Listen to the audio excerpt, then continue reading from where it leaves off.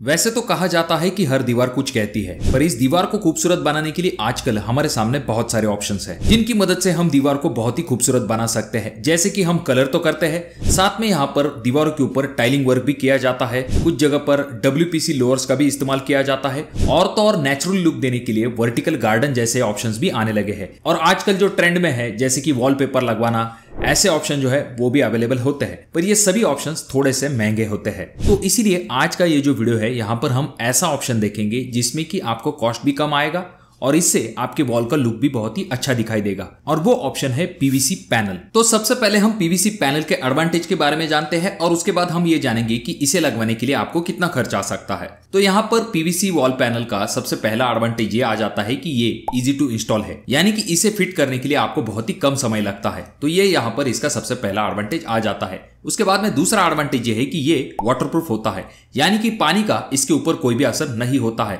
रही बात इसके सरफेस की, तो इसका सरफेस बहुत ही स्मूथ होता है। और चौथा एडवांटेज ये आ जाता है कि इसमें आपको बहुत सारे टाइप की डिजाइन और कलर अवेलेबल होते हैं। जैसा कि आप यहाँ पर देख सकते हो, कुछ वुडन टाइप की वॉल पैनल आपको मिलते हैं, तो कुछ PVC वॉल पैनल आपको 3D डिजाइन में भी मिलते हैं। हालांकि डिजाइन और क्वालिटी अनुसार इनके रेट थोड़े से बढ़ भी सकते हैं। और पांचवा एडवांटेज ये आ जाता है कि इसका कॉस्ट बहुत ही कम होता है, अगर हम वॉल टाइल से कंपेयर करें या फिर WPC लोअर्स से कंपेयर करें। अगला एडवांटेज ये आ जाता है कि इसे आप इजीली क्लीन कर सकते हो। तो ये कुछ एडवांटेज WPC वॉल पैनल के होते हैं। और रही बात डिसएडवांटेज की, तो डेफिनेटली इसके भी कुछ डिसएडवांटेज होते हैं, जैसे कि ये फायर को इजीली कैच कर सकता है, इसीलिए आपको फायर रेजिस्टेंट मटेरियल का इस्तेमाल करना चाहिए। नेक्स्ट पॉइंट आ जाता है जो कि है PVC वॉल पैनल स्पेसिफिकेशन के बारे में। तो यहाँ पर ये जो शीट है आपको 10 फीट बाय 10 इंच के साइज में मिलते हैं, और इनकी थिकनेस 5 mm तक होती है।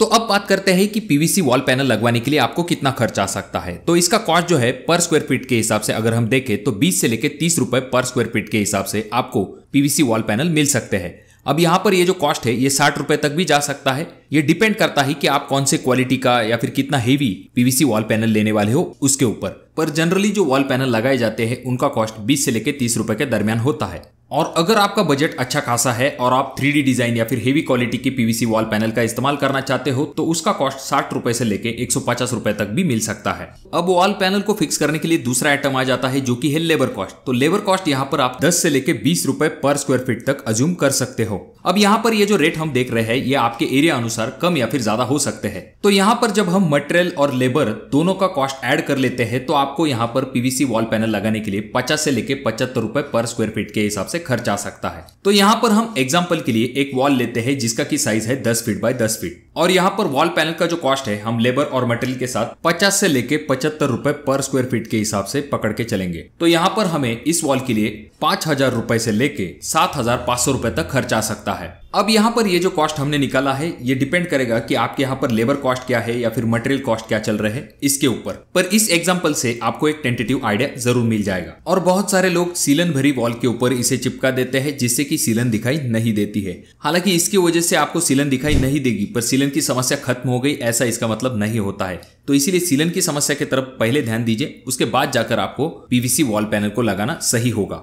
और अगली चीज जो कि आपको ध्यान में रखनी चाहिए कि आपके जो PVC वॉल पैनल होते हैं उनकी थिकनेस ज्यादा होती है और उनकी क्वालिटी भी अच्छी होनी चाहिए, क्योंकि वहां पर रोजमर्रा के काम करते समय अगर धक्का लग गया या फिर कोई चीज का स्क्रैच आ गया, तो इससे वो जल्दी खराब नहीं होने चाहिए। और सीलिंग के लिए जो PVC वॉल पैनल का इस्तेमाल किया जाता है वो लाइट वेट होते हैं, तब भी ज्यादा दिक्कत नहीं है, क्योंकि वहां पर ऑलरेडी वो सीलिंग के ऊपर होते हैं, तो रेगुलरली उनसे कोई भी चीज टच नहीं होती है। और यहाँ पर आपके रूम में अच्छा खासा वेंटिलेशन होना चाहिए, और हीट की वजह से यहाँ पर क्लोरीन रिलीज होता है जो कि आपके हेल्थ के लिए हार्मफुल हो सकता है। और जहां पर वेंटिलेशन की समस्या होती है वहां पर इसका स्मेल भी बहुत आता है। और जब भी आप कॉन्ट्रैक्टर को काम स्क्वायर फीट के हिसाब से दे रहे हो, तो डोर या फिर विंडो इनका डिडक्शन किया जाएगा या नहीं, इसके बारे में भी आपको पता होना चाहिए। जैसे कि हमने 10 बाय 10 की वॉल देखी है, तो अगर वहां पर 7 बाय 3 का एक डोर है या फिर 4 बाय 4 की विंडो है, तो उसका एरिया उससे माइनस हो जाता है, जिससे आपको आने वाला खर्च और भी कम हो सकता है। तो इस बारे में आपको कॉन्ट्रैक्टर के साथ एक बार जरूर बातचीत कर लेनी चाहिए। और जब भी आप PVC वॉल पैनल करने वाले हो, तो उससे पहले आपको बाकी ऑप्शंस के बारे में भी जान लेना चाहिए कि उनके क्या क्या एडवांटेज है और क्या डिसएडवांटेज है। उसके बाद जाकर आपको डिसीजन लेना चाहिए कि आपको वॉल के ऊपर PVC वॉल पैनल करवाना है या फिर कोई दूसरे ऑप्शन की तरफ आपको जाना है। क्योंकि भले ही आपको एक वॉल के लिए इसका खर्च थोड़ा सा कम लग सकता है, पर जब आप इन्हें सभी वॉल के ऊपर कर लेते हो तो डेफिनेटली आपका खर्च जो है वो बढ़ सकता है।